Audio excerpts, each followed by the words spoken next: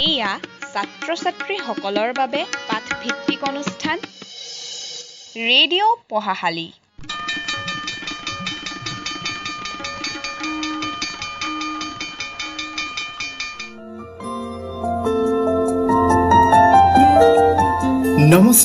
নমস্কাৰ আমাৰ মৰমৰ ছাত্ৰ-ছাত্ৰীসকল, কি খবৰ? তোমালোকৰ খবৰ নিশ্চয় ভাল নহয় জানো?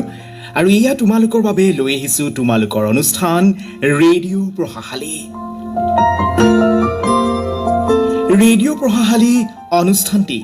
সৰ্বশিক্ষা অভিযান ডিব্ৰুগড়, এবিটা আৰু বিচিপিৰ সহযোগত ৰেডিঅ' ব্ৰহ্মপুত্ৰই তোমালোকৰ বাবে লৈ আহিছে। আৰু তোমালোকে ৰেডিঅ' পঢ়াশালী অনুষ্ঠানটি শুনিবৰ বাবে এটা নিৰ্দিষ্ট ঠাইত একগোট হৈছা আৰু কোভিড প্ৰট'কল মানি চলিছা। তাৰপাছত ৰেডিঅ'ত ভলিউম বঢ়াই দিছা আৰু ফুল ভলিউমত শুনিবলৈ সাজু আছা ৰেডিঅ' পঢ়াশালী অনুষ্ঠানটি, নহয় জানো? আজি ৰেডিঅ' পঢ়াশালী অনুষ্ঠানৰ জৰিয়তে অষ্টম শ্ৰেণী অৰ্থাৎ ক্লাছ 8ৰ ছাত্ৰ-ছাত্ৰীসকলৰ বাবে আমি আজি পাঠদান লৈ আহিছোঁ। আজি ক্লাছ 8ৰ ছাত্ৰ-ছাত্ৰীসকলৰ বাবে ইংৰাজী বিষয়ৰ পাঠদান লৈ আহিছে ডিব্ৰুগড় জিলাৰ লাহোৱাল শিক্ষা খণ্ডৰ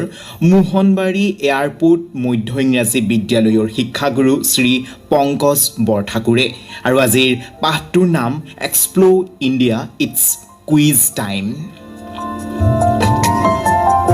আমাৰ ক্লাছ 8ৰ ছাত্ৰ-ছাত্ৰীসকলক ইংৰাজী পুথিখনৰ 3 নম্বৰ পাঠ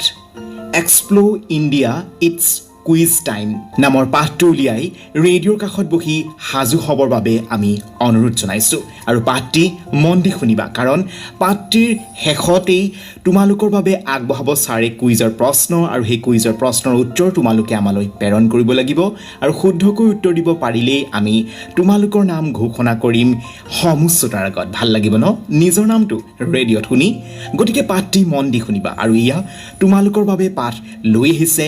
ডিব্ৰুগড় লাহোৱাল শিক্ষা খণ্ডৰ মোহনবাৰী এয়াৰপোৰ্ট মধ্য ইংৰাজী বিদ্যালয়ৰ শিক্ষাগুৰু পংকজ বৰঠাকুৰে। আৰু আজিৰ আমাৰ পাঠটোৰ নাম explore India it's quiz time. আশা কৰোঁ তোমালোকে ৰেডিঅ'ৰ সন্মুখত আছা, ৰেডিঅ'ৰ সন্মুখত বহি আছা আৰু তোমালোকে মোক শুনা পাইছা নিশ্চয়। আজি আমি আলোচনা কৰিবলগীয়া পাঠটি হৈছে অষ্টম শ্ৰেণীৰ ইংৰাজী পাঠ্যপুথিৰ তোমালোকৰ পাঠ নম্বৰ 3 নম্বৰ পাঠৰ এক্সপ্ল'ৰ ইণ্ডিয়া কুইজ টাইম। পাঠটোৰ শিশুৰ নাম হৈছে explore India quiz time. Explore মানে হৈছে অন্বেষণ কৰা বা কিবা নতুন বস্তুৰ বিষয়ে জ্ঞান আৰ্জন কৰা। আৰু আমি গম পাইছোঁৱে কাৰ বিষয়ে? ভাৰতবৰ্ষৰ বিষয়ে, ইণ্ডিয়াৰ বিষয়ে। অৰ্থাৎ কুইজৰ যোগেদি ভাৰতবৰ্ষৰ সম্বন্ধে জানিবলৈ চেষ্টা কৰা। তোমালোকে পাঠটি নিশ্চয় উলিয়াই লৈছা আৰু তাত দেখিছা এখন পিকচাৰ আছে, হয় নাই? Look at the picture below'. What is happening? তাত কি হৈ আছে? What are the people that you see there? তাত কোন কোন আছে, কি কৰি আছে তেওঁলোক কোন কোন হয়? What do the letters A B C D E? তোমালোকে নিশ্চয় A B C D E letter কেইটামানো দেখিছা কেপিটেল লেটাৰত লিখা। What do the letters A B C D stand for? What kind of information will be put up on the scoreboard? স্ক'ৰবৰ্ডত তোমালোকে যে দেখিছা ইনফৰ্মেশ্যন কেইটামান আছে, A B C D E বা কেইটামান কালাম আছে, আছে, দেখিছা নহয়? সেইকেইটাত কি লিখিবলগীয়া হ'ব? অলপ পিছত তাত কি লিখিব বা কি লিখা হয় তাত? What is the gentlemen with his sheet of paper in his hand doing? দেখিছা নহয় এজন ছাৰে, আমি ছাৰ বুলিয়ে কৈছোঁ নহয় জানো? জেণ্টলমেন মানে ভদ্ৰ মানুহ, ভদ্ৰলোক। গতিকে আমি ভদ্ৰলোক বুলি নকৈ ছাৰ বুলিয়ে কৈছোঁ। ছাৰ এজনে কি কৰি আছে? হাতত কাগজ লৈ পেলাই কি কৰি আছে তেওঁ বাৰু, বা কি কৰিবলৈ গৈ আছে? এজ ইউ মে হেভ গেছড, তোমালোকে নিশ্চয় অনুমান কৰিব পাৰিছা। গেছ কৰা মানে কি? অনুমান কৰা। গতিকে অনুমান কৰিব নিশ্চয় পাৰিছা this is a picture of A quiz show'. এইটো এটা কুইজ কম্পিটিশ্যন বা কুইজ প্ৰতিযোগিতা বা কুইজ শ্ব'ৰ ছবি, হয়নে বাৰু? ইন পেয়াৰ্ছ, তোমালোকে এজন লগ হৈ লোৱা, মানে দুজন হৈ লোৱা, পেয়াৰ হৈ লোৱা, আৰু ইজনে সিজনক কোৱাচোন বাৰু কুইজ কম্পিটিশ্যন কেনেকৈ পাতে আৰু কি কি কৰা হয় তাত। What happens in a quiz competition? In pairs tell each other what happens in a quiz competition. Then read more about the quiz in the lesson below'. এতিয়া তোমালোকৰ যেতিয়া আলোচনা কৰা হৈ গ'ল, তেতিয়া তুমি কি কৰিবা? লেচনটো ভালদৰে পঢ়াচোন বাৰু। এতিয়া আমি পাঠটো আৰম্ভ কৰাৰ আগতে আমি কি কৰিছোঁ? কুইজ কাক কয় আমি জানিবলৈ চেষ্টা কৰোঁ আহা। What do you mean by quiz? What is quiz competition? A quiz is a form of a game or competition in which someone tests your knowledge by asking questions. Quiz কাক কয়? Quiz হৈছে এক প্ৰকাৰৰ game খেল নতুবা প্ৰতিযোগিতা য'ত এজন ব্যক্তিৰ জ্ঞানৰ পৰীক্ষা লোৱা হয় বিভিন্ন প্ৰশ্নৰ যোগেদি অৰ্থাৎ বিভিন্ন প্ৰশ্ন সুধি এজন ব্যক্তিৰ জ্ঞানৰ নমুনা পৰীক্ষা লোৱা হয় না বাৰু it is a test of knowledge between individuals or teams as a form of entertainment গতিকে মানুহৰ ব্যক্তিগতভাৱে এজন মানুহৰ জ্ঞানৰ পৰীক্ষা লোৱা হ'ব পাৰে নতুবা আনন্দ খেল ধেমালি নতুবা মনোৰঞ্জনৰ যোগেদি অন্যান্য বিভিন্ন উপায়েৰে এজন ব্যক্তিৰ বা এটা দলৰ টিম হিচাপে বা ব্যক্তিগতভাৱে হ'লেও মানুহৰ জ্ঞানৰ নমুনাৰ পৰীক্ষা লোৱা হয় গতিকে তাকে কোৱা হয় কুইজ অৰ্থাৎ a quiz is a form of game or competition in which someone test your knowledge by asking questions ঠিক আছে বুজি পাইছা নিশ্চয় কুইজ মানে কি কুইজ হৈছে বিভিন্ন ধৰণৰ প্ৰশ্নৰ যোগেদি এজন ব্যক্তিৰ জ্ঞানৰ নমুনা পৰীক্ষা লোৱা হয় ঠিক আছে আমি লেসনটো ষ্টাৰ্ট কৰিবলৈ গৈ আছোঁ দেই Let's read about a quiz compare game in which 5 school teams are taking part. এটা কুইজ কম্পিটিশনৰ বিষয়ে আমি আজি পঢ়িবলৈ গৈ আছোঁ য'ত 5খন স্কুল টিম হিচাপে 5টা দল যি দলকেইটাই প্ৰতিযোগিতাত অংশগ্ৰহণ কৰিছে হোষ্ট মানে কি আমি যে টিভি চাওঁ টিভিত যে ডেন্স ইণ্ডিয়া ডেন্স চাওঁ তোমালোকে নিশ্চয় চোৱা বা অন্যান্য ইণ্ডিয়ান আইডল চোৱা অন্যান্য প্ৰতিযোগিতা চোৱা টিভিত যে দেখা তাত এজন হোষ্ট থাকে নহয় জানো হোষ্ট মানে এংকৰ তেওঁ কৈছে দেই তেওঁ আৰম্ভ কৰে নহয় জানো তোমালোকৰ টিভিত চোৱা প্ৰগ্ৰেমবিলাকত চাবাচোন তেওঁৱে আৰম্ভ কৰে কেনেকৈ আৰম্ভ কৰে তোমালোকে গম পাইছে নহয় গতিকে আমি তেওঁ আৰম্ভ কৰিছে হোষ্টে good morning everybody I am Anjali Das I am an assistant teacher of this school and your host today. A very warm welcome to this state level school quiz competition. Our contestants have come from all over the state. 5 school teams from 5 zones of the state with 2 members in each team have reached this selection phase. Only one school team from this will be selected to represent Assam in the national school quiz competition to be held in New Delhi next month. We have with us today the renowned quizmaster of the state, Mr. B.K. Borua, who has consented to conduct the quiz. Let us welcome Borua sir with a big round of applause. Thank you. এতিয়া আমি তোমালোকৰ মাতৃভাষাত মই এই কথাখিনি এটাকৈ বা যিমান পাৰোঁ ক'বলৈ চেষ্টা কৰিম ঠিক আছে গুড মৰ্নিং এভৰিবডি সকলোলৈ নমস্কাৰ কোনে কৈছে হোষ্টে কৈছে হোষ্ট মানে আমি যাক এংকৰ বুলিও কওঁ হয়নে বাৰু আই এম অঞ্জলি দাস মোৰ নাম অঞ্জলি দাস মই অঞ্জলি দাস মই এই বিদ্যালয়ৰ সহকাৰী শিক্ষয়িত্ৰী এণ্ড ইয়ৰ হোষ্ট টুডে আৰু তোমালোকৰ এই বিদ্যালয়ৰ মই সহকাৰী শিক্ষয়িত্ৰী আৰু তোমালোকৰ আজি এংকৰ তোমালোকৰ আজি host A very warm welcome to the state level quiz competition তোমালোকৰ এই আজি যিটো ষ্টেট লেভেল কুইজ কম্পিটিশ্যন আছে ৰাজ্যিক পৰ্যায়ৰ যিটো কুইজ কম্পিটিশ্যন আছে তাৰ কাৰণে তাৰ লৈ তোমালোকক সাদৰেৰে সম্ভাষণ জ্ঞাপন কৰিছোঁ স্বাগতম জনাইছোঁ ৱাৰ্ম ৱেলকাম মিন্স স্বাগতম our contestants have come from all over the state আজিৰ যি প্ৰতিযোগিতা আছে তাৰ প্ৰতিযোগীসকল অসমৰ বিভিন্ন প্ৰান্তৰ পৰা আহিছে অল অভাৰ দি ষ্টেট প্ৰায় সকলো ঠাইৰ পৰাই বা বিভিন্ন প্ৰান্তৰ পৰা আহিছে 5 school teams from 5 zones of the state with 2 members in each team 5টা জোন মানে মণ্ডল অসমখনক 5টা মণ্ডল ভাগ কৰা হৈছিলে কুইজ প্ৰতিযোগিতাটো সম্পাদন কৰাৰ অৰ্থে আৰু সেই 5টা মণ্ডলৰ পৰা 5খন স্কুল চিলেক্ট হৈ আহিছে আজি প্ৰতিযোগিতালৈ with 2 members in each team প্ৰত্যেকটো টিমত দুজনকৈ মেম্বাৰ আহিছে have reached this selection phase আৰু এটা সিলেকশন ফেজ হয় আৰু কাৰণ ইয়াৰ পৰা সিলেকশন পাই পেলাই কলে যাব only one school team from this will be selected to represent Assam in the national school quiz competition to be held in New Delhi next month only one school team মাত্ৰ এটা school টিমেই আজিৰ select হ'ব আৰু তেওঁলোকে যেটো টিমে select হ'ব সেই টিমটোৱে অহা মাহত হ'বলগীয়া নতুন দিল্লীত হ'বলগীয়া ৰাষ্ট্ৰীয় স্কুল পৰ্যায়ৰ কুইজ কম্পিটিশনত তেওঁলোকে অংশগ্ৰহণ কৰিব তেওঁলোকে আমাৰ গোটেই অসমক তেওঁলোকে ৰিপ্ৰেজেন্ট কৰিব বুজি পাইছা নহয় we have with us today the renowned quizmaster of the state Mr. P.K. Borua আমাৰ লগত আজি আছে অসমৰ এজন বিখ্যাত কুইজমাষ্টাৰ যাৰ নাম সোনামধন্য Mr. P.K. Borua who has consented to conduct the quiz তেওঁ আজিৰ কুইজখন পৰিচালনা কৰিবৰ কাৰণে তেওঁ সন্মতি প্ৰকাশ কৰিছে consented মানে হৈছে কি সন্মতি প্ৰকাশ কৰা to conduct the quiz আজি প্ৰতিযোগিতাখন পৰিচালনা কৰিবৰ কাৰণে তেওঁ সন্মতি প্ৰকাশ কৰিছে let us welcome Borua sir with a big round of applause আহাচোন হাত চাপৰিৰে সৌৰাষ্ট্ৰক আমি আমাৰ আজি প্ৰগ্ৰেমটোলৈ স্বাগতম জনাওঁ থেংক ইউ ধন্যবাদ টিমছ মে আই নাও ৰিকুৱেষ্ট ইউ টু ইন্ট্ৰডিউচ ইউৰ সেল্ফ টিমছ দলকেইটা তোমালোকৰ পৰিচয়কেইটা দিবলৈ আমি অনুৰোধ কৰিব পাৰোঁনে ছাত্ৰ ছাত্ৰীসকল তোমালোকে নিশ্চয় শুনি আছা আৰু তোমালোকে যদি কিবা কুৱেৰি থাকে বা তোমালোকে জানিবলৈ কিবা কথা থাকে তেতিয়াহ'লে পাঠটো শেষ হোৱাৰ পিছত তোমালোকে মোৰ লগত ডাইৰেক্ট কথা পাতিব পাৰিবা ঠিক আছে মই তোমালোকৰ লগত থাকিম 1 ঘণ্টাৰ কাৰণে গতিকে তোমালোকে খুব ধুনীয়াকৈ মোৰ লগত আলোচনা কৰিব পাৰিবা যিটো কথাই মনত আহে খুদনি লাগে মোক খুদিব পাৰিবা ঠিক আছে এতিয়া আমি পিছৰ দখলৈ গৈছোঁ এতিয়া টিমকেইটাই প্ৰত্যেকে নিজৰ নিজৰ পৰিচয় দাঙি ধৰিব টিম এ কৈছে এজন মেম্বাৰে কৈছে টিম এৰ আমি গম পাইছোঁ আগতে যে টিমকেইটা আমি এ বি চি ডি ই কে ভাগ কৰা হৈছে তোমালোকৰ স্কুলত যেনেকৈ বিভিন্ন নাম দি টিমবিলাক ভাগ কৰা হয় তেনেকৈ ইয়াতো এ বি চি ডি ই কৈ নাম দি ভাগ কৰা হৈছে 5টা টিমক 5টা নাম দিয়া হৈছে ঠিক আছে গতিকে টিম এ কৈছে hello' everybody and good morning I am Arnab Gohai and this is my partner Dipali Chetri.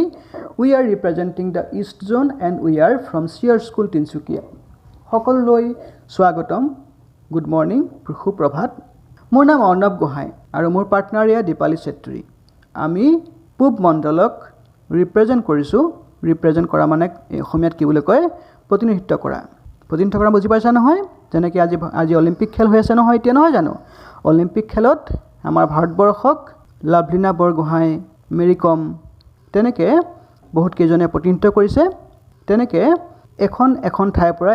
যেতিয়া এজন বা দুজন মানুহ এই ঠাইডোখৰৰ নাম লৈ পেলাই যায় তেতিয়া তাক কোৱা হয় ৰিপ্ৰেজেণ্ট কৰা বা প্ৰতিনিধিত্ব কৰা যেনেকৈ তোমালোকৰ সমষ্টিত তোমালোকৰ এজন এমএলএ আছে তেওঁ গোটেই মানুহখিনিক ৰিপ্ৰেজেণ্ট কৰে তেনেকৈ আজিৰ প্ৰতিযোগিতাত পূব মণ্ডলক অসমৰ যিটো পূব মণ্ডল ভাগ কৰি থোৱা আছে পূব মণ্ডলক ৰিপ্ৰেজেণ্ট কোনে কৰিছে অৰ্ণৱ গোহাঁই আৰু তেওঁৰ পাৰ্টনাৰ দীপালী চেত্ৰীয়ে হয়নে উই are from CR school Tinsukia তেওঁলোক কোন স্কুলত পঢ়ে অৰ্ণৱ গোহাঁই আৰু দীপালী চেত্ৰী পঢ়ে চিআৰ স্কুল তিনিচুকীয়াৰ চিআৰ স্কুলত পঢ়ে তেওঁলোক টিম বি এজন মেম্বাৰে কৈছে গুড মৰ্নিং এভৰিবডি সুপ্ৰভাত সকলোকে we are Rehana Sultana and Pahidas from Tezpur academy Sonitpur we represent the north zone মই ৰেহানা চুলতানা আৰু পাহিদাস তেজপুৰ একাডেমি শোণিতপুৰৰ পৰা আহিছোঁ আৰু আমি উত্তৰ মণ্ডলক ৰিপ্ৰেজেণ্ট কৰিছোঁ টিম চিয়ে কৈছে এজন মেম্বাৰে কৈছে good morning my name is Himani Majumdar and my friends name is Samiran Ghosh good morning সুপ্ৰভাত মোৰ নাম হিমানী মজুমদাৰ আৰু মোৰ বন্ধুৰ নাম হৈছে Samiran Ghosh we have come from Dispur high secondary school Kamrup metro' ours is at central zone এওঁলোক ক'ৰ পৰা আহিছে ছাত্ৰ ছাত্ৰীসকল তেওঁলোকে গম পাইছে এওঁলোক ক'ৰ পৰা আহিছে from where they are coming from Kamrup metro' Dispur high secondary স্কুলৰ পৰা আহিছে কামৰূপ মেট্ৰ'ৰ আৰু তেওঁলোক চেণ্ট্ৰেল জোনৰ পৰা ৰিপ্ৰেজেণ্ট কৰিছে হয়নে বাৰু তোমালোকে গম পাইছা নহয় ভালকৈ মন দি শুনিবা টিম ডিয়ে কৈছে এবাৰ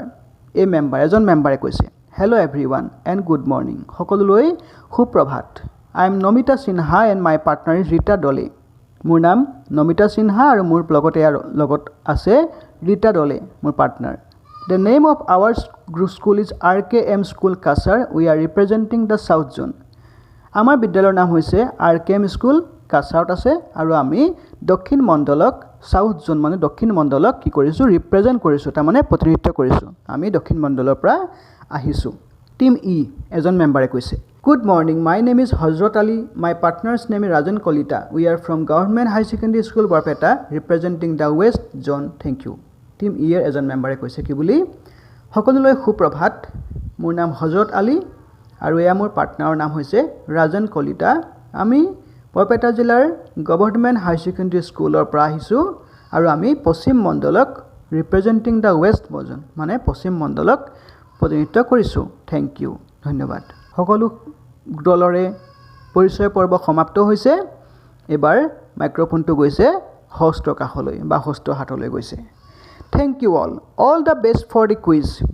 Now let me introduce our scorer today. She is Aparna, a class 12 student of the organizing school. It is time now for the real action. Over to our respected quiz master sir. Quiz host ebar koise ki boli dhonyabad সকলোলৈকে ধন্যবাদ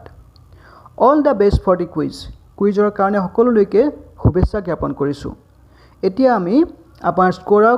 স্কোৰাৰ যিজন আছে তেওঁক আমি পৰিচয় ক'ব বিচাৰিছোঁ তেওঁ হৈছে আমাৰ বিদ্যালয়ৰ এইখন বিদ্যালয়ৰ দ্বাদশ শ্ৰেণীৰ ছাত্ৰী মানে ক্লাছ 12ৰ ছাত্ৰী তেওঁৰ নাম অপৰ্ণা আৰু ইট ইজ টাইম নাও ফৰ দি ৰিয়েল একশ্যন গতিকে আমি মেইন কামটোলৈ আহোঁ যিটো কামৰ কাৰণে আমি যি গোট খাইছোঁ সেই কামটোলৈ আহোঁ আৰু তাৰ কাৰণে আমাক কাক লাগিব over to our respected quiz master sir গতিকে আমি কুইজ মাষ্টাৰ ছাৰক আমি মাইক্ৰফোনটো আগবঢ়াই দিছোঁ quiz master good morning everybody represent here and good luck to all the contesting teams. Before I begin, I request the scorer to tell you the rules of the quiz competition, please. Good morning, everybody present here. Quiz master sare সকলোলৈকে সুপ্ৰভাত জনাইছে নমস্কাৰ জনাইছে আৰু সকলো কেইটা টিমলৈ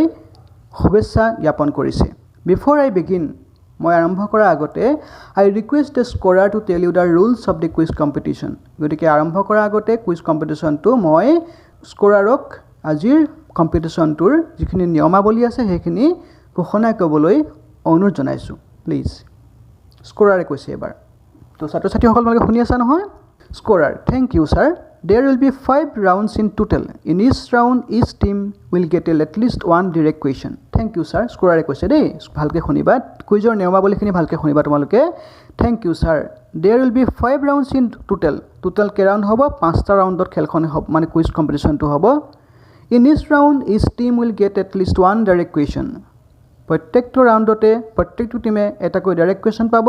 for every correct answer যদি সেই direct কুৱেশ্যনটো answer দিয়ে you will get 10 marks and for the past cover question 5 marks will be rewarded গতিকে ডাইৰেক্ট কুৱেশ্যন আনচাৰ দিলে 10 নম্বৰ পাব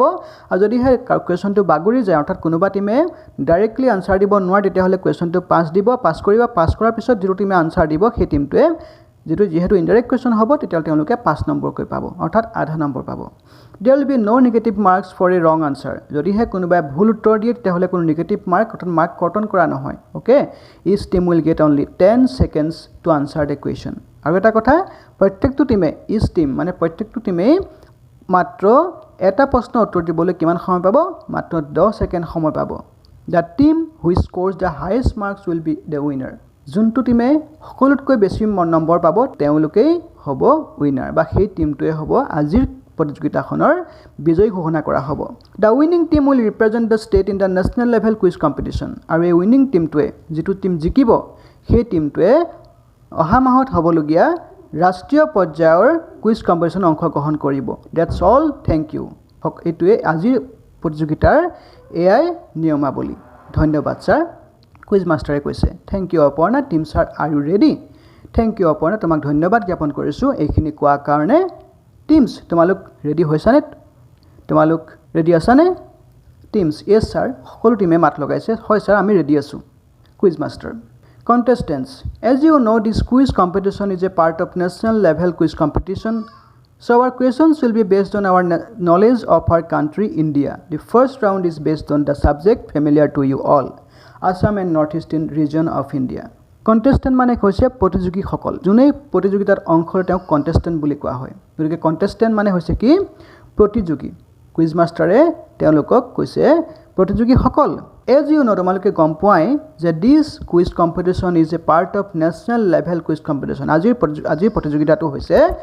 নেশ্যনেল লেভেল ৰাষ্ট্ৰীয় পৰ্যায়ৰ কুইজ প্ৰতিযোগিতাৰ এটা অংশ So our questions will be based on our knowledge of our country, India. গতিকে যেহেতু ৰাষ্ট্ৰীয় পৰ্যায়ৰ কম্পিটিশ্যন গতিকে আমি ভাৰতবৰ্ষৰ সম্বন্ধে আজি কুৱেশ্যনত আজি প্ৰতিযোগিতাত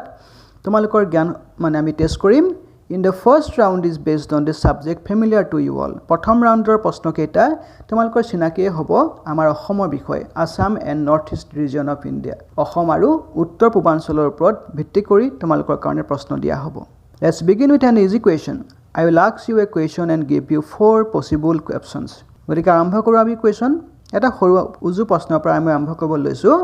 I will ask you a question that give you 4 possible options. তোমাক এটা প্ৰশ্ন কৰিম আৰু তোমালোকক আৰু তাৰ 4টা সম্ভাৱ্য উত্তৰ দিম ঠিক আছে আৰু তোমালোকৰ গোটেইকেইটা কিন্তু উত্তৰ শুদ্ধ নহয় মাত্ৰ তাৰে এটা উত্তৰহে শুদ্ধ হয় আৰু সেই উত্তৰ তোমালোকে বাছি উলিয়াব লাগিব You will have to select the correct answer. তোমালোকে শুদ্ধ উত্তৰটো বাছি উলিয়াব লাগিব ঠিক আছে Here goes the first question to team A. এয়া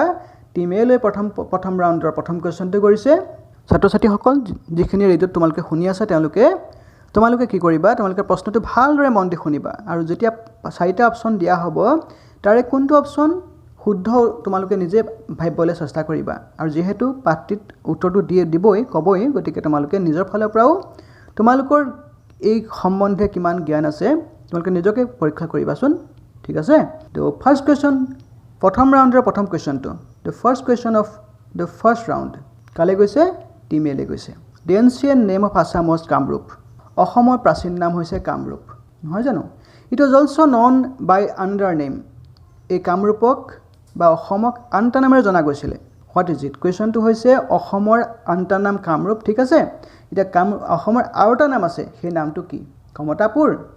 option A Kamtapur option B Sonitpur option C Pragjyotishpur option D Rangpur team A কৈছে প্ৰাগজ্যোতিষপুৰ ছাৰ গতিকে টিম এ উত্তৰ দিছে কি বুলি option C Pragjyotishpur quiz master absolutely correct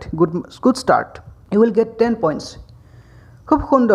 সুন্দৰকৈ তোমালোকে উত্তৰ দিছা তোমালোকে গতিকে আৰম্ভণিটো খুব ধুনীয়া হৈছে তোমালোকে 10 নম্বৰ পাইছা team B now your question Sukapha was the first king to establish the Ahom kingdom in Assam চুকাফাই প্ৰথম ৰজা যিজনে অসমত আহোম সাম্ৰাজ্য প্ৰতিষ্ঠা কৰিছিলে দ্য কুৱেশ্যনটো হৈছে in which year did the Ahom come to this region of the country প্ৰশ্নটো হৈছে ভাৰতবৰ্ষৰ এই অঞ্চলটোলৈ মানে উত্তৰ পূৰ্বাঞ্চললৈ বা অসমলৈ আহোমসকল কেতিয়া আহিছিলে option A 1600 AD, option B 1282 AD, option C 1826 AD, option D 1228 AD. তোমালোকে গম পাইছা নহয় চুকাফা অসমলৈ কেতিয়া আহিছিলে 1600 চনত নে 1282 চনত নে 1826 চনত নে 1228 চনত টিম ডি বি উত্তৰ দিছে তোমালোকে পাইছা গম পাইছা নে কোনটো গতিকে টিম বি এনো কি উত্তৰ দিছে আমি চাওঁ আহা টিম বি কৈছে স্যাৰ ইট ইজ 1228 AD 1228 চনত চুকাফা আৰু আহোমসকল অসমলৈ বা এই অঞ্চলটোলৈ আহিছিলে quiz master quite right you will also' get 10 marks the next question is for team C which country does not share a border with Assam quiz মাষ্টাৰে কৈছে খুব সুন্দৰ খুব শুদ্ধ উত্তৰ দিছা তোমালোকে you will also' get 10 marks তোমালোকেও 10 নম্বৰ পাইছা তাৰপিছৰ কুৱেশ্যনটো টিম চি লৈ গৈছে প্ৰথম ৰাউণ্ডৰ 3 নম্বৰ কুৱেশ্যনটো ক'লে গৈছে direct question goes to team C team চিলৈ কৈছে direct question which country does not share a border with Assam কোনখন দেশে অসমৰ লগত বৰ্ডাৰ শ্বেয়াৰ নকৰে বৰ্ডাৰ শ্বেয়াৰ নকৰা মানে বুজি পাইছানে অসমৰ সীমাত কোনখন দেশ নাই বুলি কৈছে ইয়াত Bhutan option A option B হৈছে ম্যানমাৰ অপশ্যন চি বাংলাদেশ আৰু অপশ্যন ডি হৈছে অল অফ দিছ গোটেইকেইখনৰ কথা কৈছে তাৰমানে কি কৈছে অসমৰ লগত অসমৰ সীমাতে কোনখন দেশ নাই ইয়াত ভূটান আছেনে ম্যানমাৰ নাই নেকি নে বাংলাদেশ নাই নেকি নে এখনো নাই team C we think Myanmar sir আমি ভাবোঁ ম্যানমাৰেই হ'ব আনচাৰটো quiz master are you not sure তোমালোকে চিয়'ৰ নহয় নেকি yes you are correct so' 10 points you to you now your question team D শুদ্ধ উত্তৰ তোমালোকে 10 নম্বৰ পাইছা এতিয়া টিম ডিলৈ কৈছে প্ৰশ্নটো প্ৰথম ৰাউণ্ডৰ 4 number question direct question to team D Assam came under British rule in 1826 1826 চনত অসমে ব্ৰিটিছৰ শাসনলৈ আহিছিলে তোমালোকে গম পাইছানে জানা নহয় এইটো কথা ঠিক আছে বাৰু কেন you tell us from whom the British government to cover the administration of Assam তোমালোকে এতিয়া ক'ব লাগে যে অসমৰ পৰা ব্ৰিটিছে যে শাসনভাৰ লৈছিলে অসমখনৰ শাসনভাৰ লৈছিলে এতিয়া কুৱেশ্যনটো হৈছে অসমৰ শাসনভাৰ ব্ৰিটিছে কাৰ হাতৰ পৰা লৈছিলে অপশ্যন এ মোগলৰ হাতৰ পৰা নে অপশ্যন বি বংগালীসকলৰ হাতৰ পৰা অপশ্যন চি বাৰ্মিজ মানসকলৰ হাতৰ পৰা নে অপশ্যন ডি এটাও নহয় এইকেইটাৰ ভিতৰত প্ৰশ্নটো বুজি পাইছা নহয় 1826 চনৰ ইয়াণ্ডাবু সন্ধিৰ মতে অসমখন ব্ৰিটিছৰ তলতীয়া হৈছিলে হয়নে বাৰু ঠিক আছে কুৱেশ্যনটো হৈছে এতিয়া কথাটো হৈছে কি অসমৰ শাসনভাৰ ব্ৰিটিছে কাৰ হাতৰ পৰা লৈছিলে মোগল নে বেংগালসকলৰ পৰা নে মানসকলৰ পৰা নে কাৰো পৰা নহয় টিম ডিয়ে কৈছে sir it was from Burmese মানসকলৰ হাতৰ পৰা quiz master correct answer 10 points to you team D তোমালোকলৈ 10 নম্বৰ পাইছা 10 নম্বৰ দিয়া হৈছে কাৰণ ডাইৰেক্ট কুৱেশ্যন আনচাৰ দিছে all the 4 teams have started well চাৰিওটা টিমে খুব সুন্দৰভাৱে আৰম্ভণি কৰিছে নাও ইয়ৰ টাৰ্ণ টিম ই তোমালোকৰ টাৰ্ণ টিম ই এতিয়া টিম ইলৈ কুৱেশ্যন গৈছে প্ৰথম ৰাউণ্ডৰ শেষৰটো question this question for you direct question 10 number আছে where is the Talatal Ghar built by the Ahom kings located এই যে আহোমসকলে ৰজাসকলে বনোৱা তলাতল ঘৰটো ক'ত আছে option A Gargaon, option B Charaideo, option C Garangpur and option D Jorhat. তোমালোকে তলাতল ঘৰৰ নাম শুনিছানে বাৰু? যিসকল ছাত্ৰ ছাত্ৰীয়ে ৰেডিঅ' শুনি আছে, হেভ ইউ লিচন এবাউট তলাতল ঘৰ? ঠিক আছে, যদি শুনিছা তোমালোকে গম পাইছে ক'ত আছে তলাতল ঘৰ? গড়গাঁৱত আছে নে চৰাইদেউত আছে নে ৰংপুৰত আছে নে যোৰহাটত আছে? Team E Rangpur sir, it was the old name of Sivasagar. গতিকে তলাতল ঘৰটো ক'ত আছে, ক'ত বনাইছিলে? ৰংপুৰত সাজিছিলে, যিটো শিৱসাগৰৰ পুৰণি নাম। টিম ইয়ে কৈছে। Quiz master, oh' you are not it, তোমালোকে জানা কথাটো। ফুল মাৰ্কছ টু ইউ, তোমালোকৰ কাৰণে সম্পূৰ্ণ নম্বৰ দিছ, 10 নম্বৰ দিয়া হৈছে। With this we come to the end of the first round. ইয়াৰ যোগেদি আমি প্ৰথম ৰাউণ্ডটো সমাপ্ত কৰিছোঁ। All the 5 teams are equally poised at 10 points. প্ৰত্যেকটো টিমেই 5টা টিমেই প্ৰত্যেকে সমান সমান নম্বৰ লাভ কৰিছে 10 নম্বৰকৈ। ছাত্ৰ ছাত্ৰীসকল তোমালোকে গম পাইছে এতিয়া প্ৰথম ৰাউণ্ড শেষ হৈছে। প্ৰথম ৰাউণ্ডত তোমালোকে কেইটামান কুৱেশ্যন তোমালোকে পাইছা, 5টা কুৱেশ্যন পাইছা আৰু 5টা কুৱেশ্যনৰ উত্তৰ তোমালোকে গম পাইছা এতিয়া। গতিকে আমি এতিয়া যাম আমি দ্বিতীয় ৰাউণ্ডলৈ। Now we goes on to the second round which is named get the facts the nation and the states. গতিকে আমি ছেকেণ্ড ৰাউণ্ডৰ এটা নাম দিয়া হৈছে ৰাউণ্ডটোৰ, get the facts the nation and the states. ৰাষ্ট্ৰ আৰু ৰাজ্যবিলাকৰ সম্বন্ধে আমি তাৰ তথ্য সংগ্ৰহ কৰাটো। This time I will start with team E. এবাৰ আমি টিম ইৰ পৰা ষ্টাৰ্ট কৰোঁ। হোপ ইউ আৰ ৰেডি, তোমালোক ৰেডি হৈছে নিশ্চয়। Here goes the first question. We know' that our country India is. এতিয়া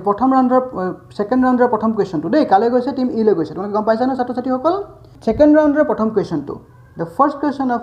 second round goes to team E. We know' that our country India is also' known as Hindustan. What is the other name for India?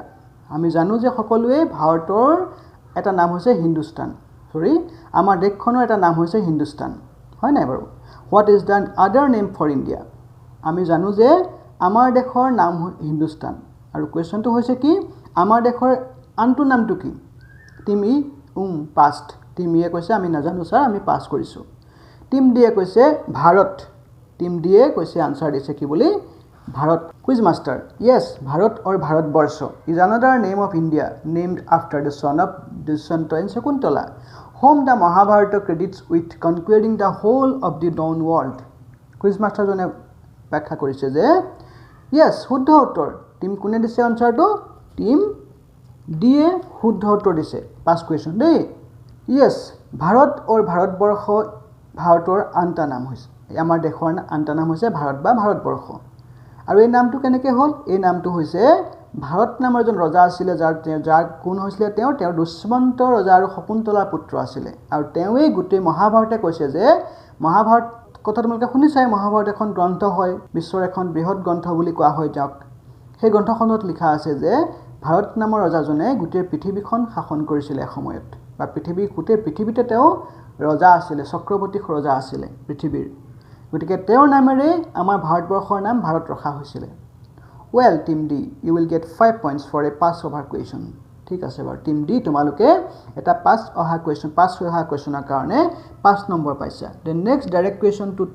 Two you team D. এতিয়া তোমালোকলৈ direct question. The Indian flag is referred to as Tiranga or tricolour, can you say why? ভাৰতীয় জাতীয় পতাকাখনক ত্ৰিৰংগা পতাকা বুলি কোৱা হয় বা ট্ৰাই কালাৰ বুলি কোৱা হয়। এতিয়া কুৱেশ্যনটো হৈছে এই ত্ৰিৰংগা বা ট্ৰাই কালাৰ বুলি কোৱা কাৰণটো কি? কেন ইউ চে হোৱাই? টিম ডিয়ে কৈছে as it has 3 colors, saffron, white and green. Team ডিয়ে কৈছে হয়, ইয়াৰ 3টা ৰং আছে, চেফ্ৰন গেৰুৱা, হোৱাইট মানে বগা আৰু গ্ৰীণ মানে হৈছে সেউজীয়া। এই 3টা ৰং থকাৰ কাৰণে এই তোমাৰ ভাৰতৰ ৰাষ্ট্ৰীয় পতাকাক ত্ৰিৰংগা বুলি কোৱা হয়, ত্ৰিৰংগা পতাকা বুলি কোৱা হয়। Quiz master, এবছলিউটলি full points to U. তোমালোকলৈ সম্পূৰ্ণ নম্বৰ দিছোঁ, কাৰণ এইটো ডাইৰেক্ট কুৱেশ্যন আছিলে। Team C, your question. এতিয়া আমি গম পাইছোঁ যে টিম ডিয়ে আগৰ 5 নম্বৰ এটা পাইছে আৰু এতিয়া হৈছে 10 নম্বৰ, আৰু প্ৰথম ৰাউণ্ডত তেওঁলোকে 10 নম্বৰ পাইছিলে। গতিকে আমি কিমান নম্বৰ পাইছে আমি স্ক'ৰাৰ পিছত আমাক ক'ব, গতিকে আমি সেইটো ডিছকাছ নকৰোঁ। এতিয়া আমি যাম নেক্সট কুৱেশ্যনটোলৈ। We know' that the white in our flag stands for peace and truth. আমি জানো যে জাতীয় পতাকাৰ যিটো বগা ৰং আছে তাত সেইটো বগা ৰঙৰ অৰ্থ হৈছে শান্তি আৰু সত্যতা, সত্য আৰু শান্তি। হোৱাট ডাজ দ্য চেফ্ৰন ছিগনিফাই এই যে ওপৰত গেৰুৱা ৰংটো আছে সেই গেৰুৱা ৰংটোৱে কি বুজায় what does the saffron signify team C sorry sir pass team চিয়ে কৈছে ছাৰ পাছ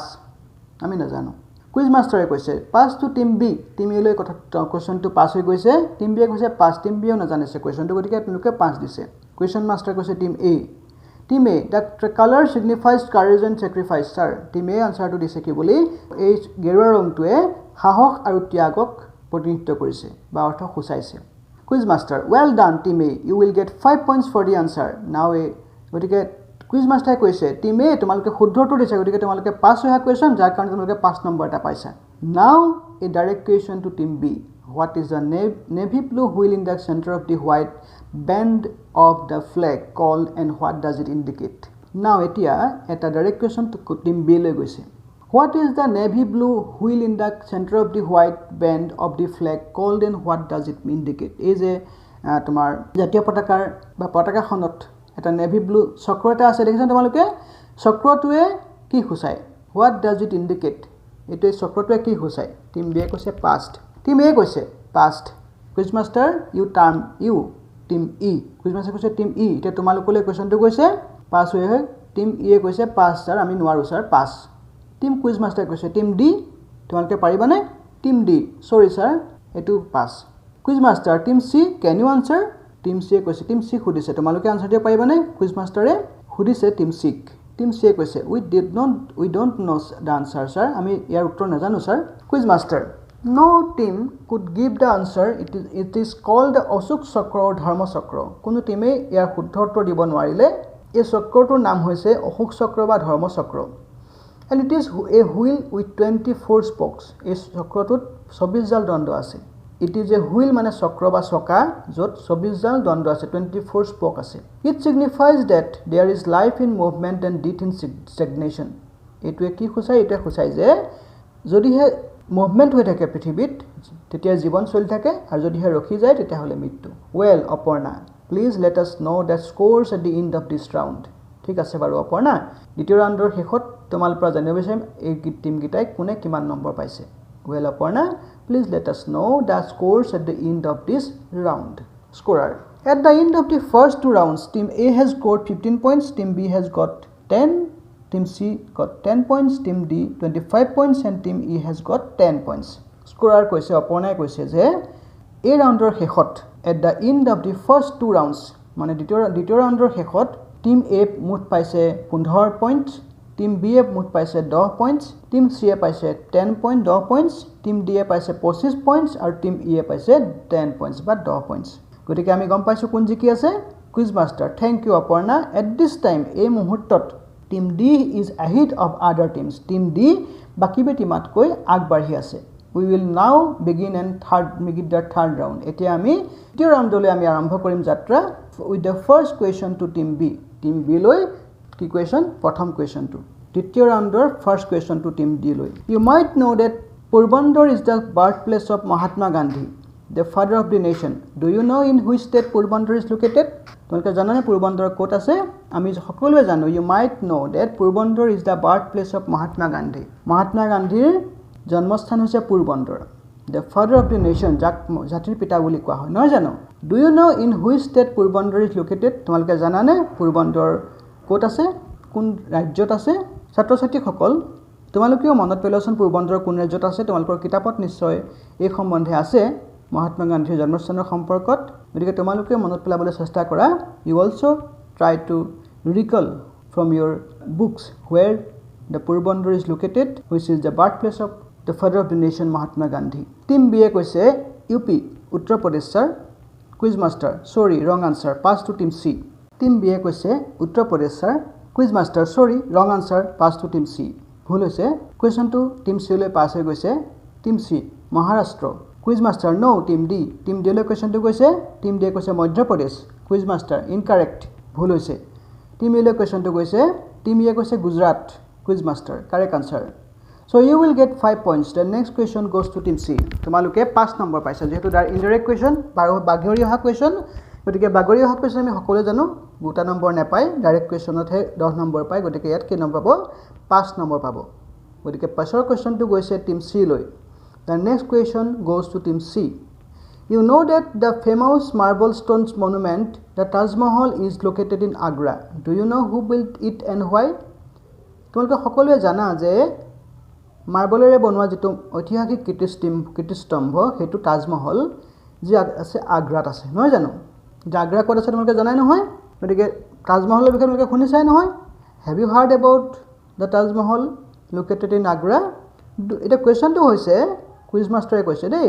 টিম সি কৈছে Do you know who built it and why? তোমালোকে জানানে কোনে এটো বনাইছিলে আৰু কিয় বনাইছিলে টিম সিয়ে কৈছে Shahjahan but I don't know the reason team সিয়ে কৈছে শাহজাহানে বনাইছিলে আৰু আমি তাৰ কাৰণটো নাজানো কিয় বনাইছিলে quiz master all right team D can you say why? Team D Shahjahan built it in memory of his wife Mumtaz Mahal শাহজাহানে এই তাজমহলটো বনাইছিলে তেওঁৰ পত্নীৰ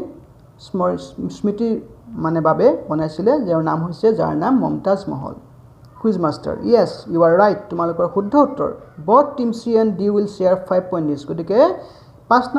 নম্বৰ কৈ দুটাতে মই ভাগাই ল'ব লাগিব কাৰণ তেওঁলোকে দুটাই শুদ্ধ উত্তৰ দিছে টিম C আধা উত্তৰ দিছে আৰু টিম D এ বাকিখিনি দিছে গতিকে 10 নম্বৰটো আমি দুটা টিমক সমানে ভগাই দিছো now Aparna who will get the direct question Aparna question about the direct question কোনে পাব Students, কোনে পাব ডাইৰেক্ট কোৱেশ্চন এতিয়া তোমালোকে তো শুনি আছা ৰেডিঅ'ত কোনে পাব ডাইৰেক্ট কোৱেশ্চনটো টিম ডি এ পাব নহয় জানো স্কোৰাৰে কৈছে team D sir okay team D লৈ okay a direct question to you team D লৈ কৈছে direct question a famous temple of the 6 are located in Amritsar in Punjab পঞ্জাবৰ অমৃতসৰত এটা খুব বিখ্যাত মন্দিৰ আছে what is it called এই মন্দিৰ নামটো কি টিম ডি এ উত্তৰ দিছে গুৰুদ্বাৰা স্যাৰ টিম ডি কৈছে gurdwara sir Quiz master by what name is it is known Timi এই নামটো কি আর মন্দিৰটোৰ নামটো কি পঞ্জাবৰ অমৃতসৰ থকা মন্দিৰটো বিখ্যাত মন্দিৰটোৰ নামটো কি টিম এ কৈছে টিম ই দা গোল্ডেন টেম্পল স্যাৰ দা গোল্ডেন টেম্পল আমি যে কোন স্বৰ্ণ মন্দিৰ বুলি স্বৰ্ণ মন্দিৰ sir quiz master yes it was built by Guru Ramdas এটো বনাইছিলে বা সাজিছিলে গুৰু ৰামদাসে শিখ ধৰ্মৰ এজন ধৰ্মগুৰু হয় তেওঁ 5 points to you কালে গৈছে টিম ই লৈ গৈছে team E The next question is to you. It is a direct question goes team E loi. Digboi is known for its oil fields and the first oil refinery in India. Digboi Bharatborshor prothom oil field thoka boli jana jay nohoy jano. Digboi is known for its oil fields. Digboi prithibi bikhat kihor karone oil fielder karone. And oil field mane tel khador karone. Toilo khetror karone. And The first oil refinery in India, Bharator prothom oil refinery স্থাপন হৈছিল কত তেল শোধনাগাৰ স্থাপন হৈছিল ডিগবৈত এই কোৱেশ্চনটো হৈছে in which state it is located এটা কোৱেশ্চনটো হৈছে এই ডিগবৈ কত আছে কোনখন ৰাজ্যত আছে টিম ই এ কৈছে Assam quiz master correct answer 10 points to you direct question to team A this place is known for a historic salt march by Gandhiji in 1930 team এ লৈ ডাইৰেক্ট কোৱেশ্চন আৰু ডাইৰেক্ট কোৱেশ্চন গৈছে team এ লৈ গৈছে নহয় জানো এটা প্ৰথমে তাৰ আগতে 10 নম্বৰ কোনে পাইছে টিম ই এ পাইছে শুদ্ধ উত্তৰ দি ডাইৰেক্ট কোৱেশ্চনৰ শুদ্ধ উত্তৰ দি 10 নম্বৰ পাইছে এটা টিম এল ডাইৰেক্ট কোৱেশ্চন গৈছে team this place is known for the historic salt march by Gandhiji in 1930 1930 চনত গান্ধীজীয়ে যেটো লুন আইন ভংগ আন্দোলন কৰিছিল নহয় এই ডখৰ ঠাইৰ পৰা কৈছিল তে কোৱেশ্চনটো হৈছে which place am I talking about আমি কোন ঠাইৰ কথা কৈ আছো এতিয়া team A passed team A pass দিছে quiz master team B pass দিছে কুইজ মাষ্টাৰ টিম সি লৈ কোৱেশ্চনটো গৈছে টিম সি কৈছে দাণ্ডি ইন গুজৰাটৰ Dandi quiz master absolutely right answer একদম সম্পূৰ্ণ শুদ্ধ উত্তৰ 5 points for the past of our question এই পাস হোৱা কোৱেশ্চনৰ কাৰণে বাগৰি হোৱা কোৱেশ্চনৰ কাৰণে 5 নম্বৰ তোমালোকে পাইছা টিম সি এ with this question this round is over এই কোৱেশ্চনটোৰ দ্বাৰা প্ৰথম ৰাউন্ড আমি শেষ কৰিছো can you tell us score at this level Aparna তো এই আজিৰ এই মুহূৰ্তত কাৰ কিমান স্কোৰ হৈ আছে তুমি কোৱাচোন বাৰু স্কোৰাৰ yes sir at the end of this round team A remains at 15 points এই ৰাউণ্ডৰ শেষত মানে তিনিটা ৰাউণ্ডৰ শেষত টিম A পাইছে 15 নম্বৰ টিম B পাইছে 10 নম্বৰ টিম C স্কোৰ কৰিছে 15 টিম D কৈছে 30 নম্বৰ পাইছে আৰু টিম E পাইছে 20 number quiz master thank you Aparna ধন্যবাদ অপৰ্ণা গতিকে এতিয়া আমি এই মুহূৰ্তত আমি গম পাইছো যে we have known that in this situation in this point team D is getting the highest points 30 30 points বাকীকেইটা টিমতকৈ টিম ইয়ে বেছি নম্বৰ পাই আছে গতিকে আমি ইমান সময় আমি 3টা ৰাউণ্ডৰ আমি প্ৰশ্ন উত্তৰ আমি সমাপ্ত কৰিছোঁ নহয় জানো এই পাঠটো আমি যথেষ্ট দীঘল গতিকে আমি ইমানতে সেইটো শেষ কৰিছোঁ পিছৰ পাঠত আমি সেইটো আলোচনা কৰিম পিছৰখিনি গতিকে পিছত আৰু ইণ্টাৰেষ্টিং কুৱেশ্যন আছে বৰ ধুনীয়া ধুনীয়া কুৱেশ্যন আছে হয় নাই বাৰু গতিকে তোমালোকলৈ কেইটামান কুৱেশ্যন মই আগবঢ়াইছোঁ তোমালোকে আনচাৰ দিবাচোন বাৰু ৰেডিঅ'ত যিসকল ছাত্ৰ ছাত্ৰীয়ে বহি আছে শুনি আছে ৰেডিঅ' আজি অনুষ্ঠানটো চাই আছে শুনি আছে গতিকে তোমালোকক 3টা কুৱেশ্যন দিছোঁ মই তোমালোকক মোৰ ফালৰ পৰা ৰেডি নে আৰ ইউ ৰেডি কাগজ কলম লৈ বহি যোৱা আৰু কুৱেশ্যনটো লিখি যোৱা তো তোমালোকক মই সুধিবলগীয়া প্ৰথম কুৱেশ্যনটো হৈছে শুনি আছা নহয় the historic Kareng Ghar is located Namrup option A option B Kamrup option C Gargaon option D Dibrugarh তোমালোকলৈ এটা কুৱেশ্যন প্ৰশ্ন দিছোঁ মই প্ৰশ্নটো হৈছে কাৰেংঘৰ কোন ঠাইত আছে ঐতিহাসিক কাৰেংঘৰ নামৰূপ কামৰূপ গড়গাঁও আৰু ডিব্ৰুগড় কুৱেশ্যন নম্বৰ 2 দিছোঁ 2 নম্বৰ কুৱেশ্যনটো দিছোঁ লিখি লৈছা তোমালোকে চাগে নিশ্চয় শ্বৰ্টকৈ সৰু সৰু কম কম সময় লৈ লিখি যোৱা 2 নম্বৰ কুৱেশ্যন তোমালোকক দিছোঁ মই কীৰ্তন ৱাজ কম্প'জ বাই কীৰ্তন পুথিখন যিখন আমাৰ অসমীয়া সমাজৰ এখন খুব সন্মানীয় পুথি হয় পূজনীয় পুথি হয় সেইখন আৰু সেইখন কোনে লিখি উলিয়াইছিলে মহাপুৰুষ শ্ৰীমন্ত মাধৱদেৱ মহাপুৰুষ শ্ৰীমন্ত শংকৰদেৱ শ্ৰী শ্ৰী মাধৱদেৱ নে দামোদৰদেৱ নে Ram Saraswati option A Srimanta Sankardev option B Shri মাধৱদেৱ option C Shri Shri Damodardev option D Ram Saraswati প্ৰশ্নটো বুজি পালা নহয় কীৰ্তন পুথিখন কোনে লিখি উলিয়াইছিলে শংকৰদেৱ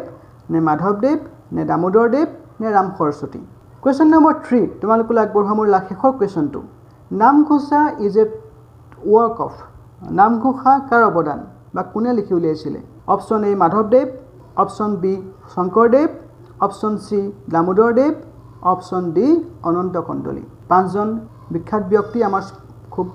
পূজনীয় ব্যক্তি সেই 4জন মাধৱদেৱ শংকৰদেৱ দামোদৰদেৱ আৰু অনন্ত কণ্ডলী তেওঁলোকৰ মাজৰ পৰা কোনজনে নামঘোষা পুথিখন লিখি উলিয়াইছে তেওঁলোকে এতিয়া মোক ক'ব লাগে ঠিক আছে তোমালোকে কুৱেশ্যনকেইটা বুজি পাইছা নহয় যদি কিবা কুৱেশ্যন কৰিবলগীয়া আছে মই আকৌ দৰকাৰ হ'লে মই আকৌ এবাৰ কৰি দিম ঠিক আছে এতিয়া আমি এই পাঠটি ইমানতে আমি পাঠটি শেষ কৰিবলৈ লৈছোঁ তাৰ আগতে তোমালোকৰ কেইটামান কুৱেশ্যন আছে হোৱাট ইজ এ কুইজ ভালকৈ চাবা how many schools team participated in the quiz programme for the selection phase and who was the quiz master what are the rules of the quiz as announce by the scorer অপৰ্ণাই announce কৰাৰ ৰুলকেইটা কি আছিল মই আকৌ এবাৰ তোমালোকৰ কাৰণে কৈ দিছোঁ thanks for being with me. Hope you all have listened the class well. Let's have a round bullet hoile asun bar quiz round tumalokor karone let's have a round of quiz to you. Prothom proshno to hoise the historical Karenghor is located at ঐতিহাসিক কাৰেংঘৰ অৱস্থান কৰি আছে A Namrup option A Namrup option B Kamrup option C Gargaon আৰু option D Dibrugarh শুনা পাইছা চাগে সকলোৱে তোমালোকে লিখি ল'ব পাৰিবা কাৰেংঘৰ ক'ত আছে নামৰূপত নে কামৰূপত নে গড়গাঁৱত নে ডিব্ৰুগড়ত option A B C D 2 number কুৱেশ্যনটো তোমালোকক কৈ দিছোঁ আকৌ এবাৰ দ্য কীৰ্তন ৱাজ কম্প'জ বাই পবিত্ৰ পুথি কীৰ্তন পুথিখন কোনে লিখি উলিয়াইছিলে option A Srimanta Sankardev option B Shri Shri মাধৱদেৱ option C Shri Shri Damodardev option D Ram Saraswati নিশ্চয় প্ৰশ্ন লিখি ল'ব পাৰিছা চাগে মই লাহে লাহে কৈছোঁ question number 3 the Namghosa is a work of Namghosa পুথিখন লিখি উলিয়াইছিলে option A Shri Shri Sankardev option B Shri Shri মাধৱদেৱ অপশ্যন চি শ্ৰী শ্ৰী দামোদৰদেৱ আৰু অপশ্যন ডি অনন্ত কণ্ডলী ঠিক আছে এই প্ৰশ্নকেইটা তোমালোকলৈ আগবঢ়াইছোঁ আৰু তোমালোকে এইখিনি সোনকালে প্ৰশ্নকেইটা লিখিবা ধুনীয়াকৈ পঢ়িবা লেচনটো পঢ়ি পেলাই প্ৰশ্নবিলাক কৰিবা আৰু পিছৰখিনি এই লেচনটোৰ পিছৰখিনি আমি পৰৱৰ্তী পৰ্যায়ত আমি আকৌ তোমালোকৰ লগত আলোচনা কৰিম ঠিক আছে তোমালোক থকাৰ কাৰণে উপস্থিত হোৱাৰ কাৰণে আমাৰ খুব ভাল লাগিছে আৰু কিবা প্ৰশ্ন থাকিলে তোমালোকে মোক সুধিব পৰা ঠিক আছে হয় স্যাৰ বহুত বহুত ধন্যবাদ জ্ঞাপন কৰিলোঁ আপুনি আজি আমাৰ ছাত্ৰ ছাত্ৰীসকলৰ বাবে সুন্দৰকৈ পাঠ আগবঢ়ালে তাৰ বাবে বহুত বহুত ধন্যবাদ আৰু আমাৰ ছাত্ৰ ছাত্ৰীসকলৰ লগত কথা পাতিলে তাৰ বাবেও বহুত বহুত ধন্যবাদ জ্ঞাপন কৰিছোঁ আৰু পুনৰ লগ পাম পুনৰ আমাৰ ছাত্ৰ ছাত্ৰীসকলৰ বাবে ক্লাছ লৈ আনিব তাৰে আশাৰে আপোনাৰ পৰা বিদায় মাগিছোঁ শেষত আপুনি কিবা ক'বলৈ আছে নেকি আপোনাৰ প্ৰথমতে মই ধন্যবাদ দিম আপোনাক মোক এই সুযোগটো দিয়াৰ কাৰণে আৰু দ্বিতীয়তে মই এই যে ৰেডিঅ' সখী দুগৰাকী শোণিতপুৰৰ পৰা তেওঁলোকে আমাৰ লগত সংযোগ হ'ল আৰু বেলেগ বেলেগ জেগাতো য'ত ৰেডিঅ' সখীয়ে ছাত্ৰ ছাত্ৰীসকলৰ লগত সংযোগ আমাক কৰাইছে ববিতা খুৰীয়া মেডাম আৰু এই শোণিতপুৰৰ মেডামক মই মোৰ ফালৰ পৰা একদম আন্তৰিক ধন্যবাদ জ্ঞাপন কৰিছোঁ তেওঁলোকে মোক ছাত্ৰ ছাত্ৰীসকলৰ লগত যে সংযোগ কৰাই দিলে মোৰ নিজৰ স্কুললৈ আকৌ যোৱা নিচিনা লাগিছে স্কুলত যেনে মই ক্লাছ কৰি আছোঁ তেনেকুৱা লাগিছে গতিকে আপোনালোকৰ এই প্ৰচেষ্টাক সদায় মই নতশিৰে সমৰ্থন কৰিম আৰু যেতিয়া প্ৰয়োজন হয় আপোনালোকৰ লগত আছোঁ বুলি থাকিম বুলি মই আজি কথা দিছোঁ হয় ছাৰ বহুত বহুত ধন্যবাদ আৰু আমাৰ ছাত্ৰ ছাত্ৰীসকলৰ তৰফৰ পৰাও আপোনাক বহুত বহুত ধন্যবাদ জ্ঞাপন কৰিলোঁ ধন্যবাদ ছাৰ ধন্যবাদ হয় হয় ধন্যবাদ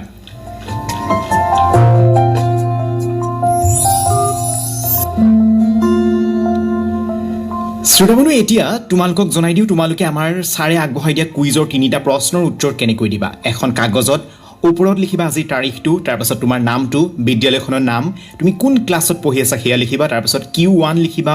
লিখি 1 নম্বৰ প্ৰশ্নৰ উত্তৰ লিখিবা Q2 লিখি 2 নম্বৰ প্ৰশ্নৰ উত্তৰটো লিখিবা Q3 লিখি 3 নম্বৰ প্ৰশ্নৰ উত্তৰটো লিখিবা প্ৰশ্ন লিখিব নালাগে কেৱল উত্তৰটোহে লিখিলেই হ'ব আৰু তাৰপাছত সেই কাগজখন ফটো মাৰিবা আৰু WhatsApp যোগে আমালৈ প্ৰেৰণ কৰি দিবা আমাৰ নম্বৰ 9954489439 আৰু এইখিনিতে জনাই দিছোঁ তোমালোকে যেতিয়া লিখিবা সেয়া কাট পেন্সিলে নহয় কলমে লিখিবা তেতিয়া আমি সুবিধা হয় চাবৰ বাবে আৰু আমাৰ নাম্বাৰটো হৈছে পুনৰবাৰ কৈ দিছোঁ 9954489439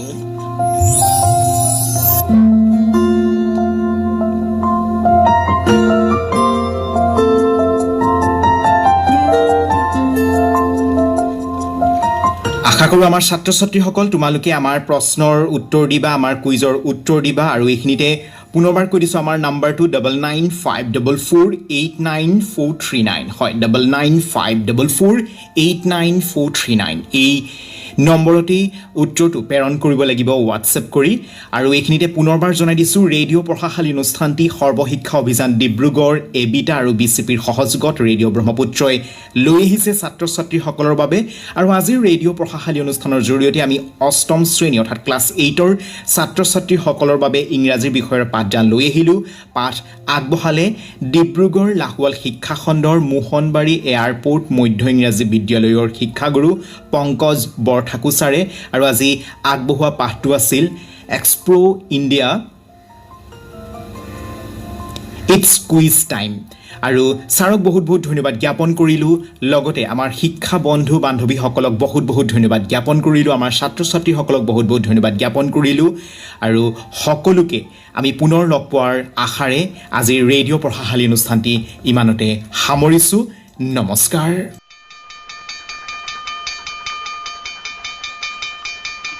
এয়া ছাত্ৰ ছাত্ৰীসকলৰ বাবে পাঠভিত্তিক অনুষ্ঠান ৰেডিঅ' পঢ়াশালী